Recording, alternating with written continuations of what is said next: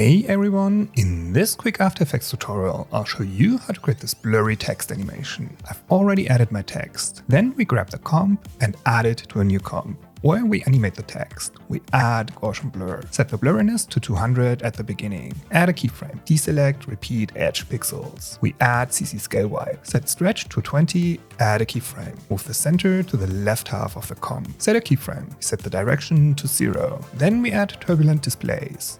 Set the amount to 300, add a keyframe. We link the offset property to the center property of CC scale wipe. We finally set the evolution to -90 degrees. Add a keyframe as well. At 2 seconds, we set all values to 0. Except the center, we move it to the right. Then we select all keyframes and slow down the beginning and end of the animation.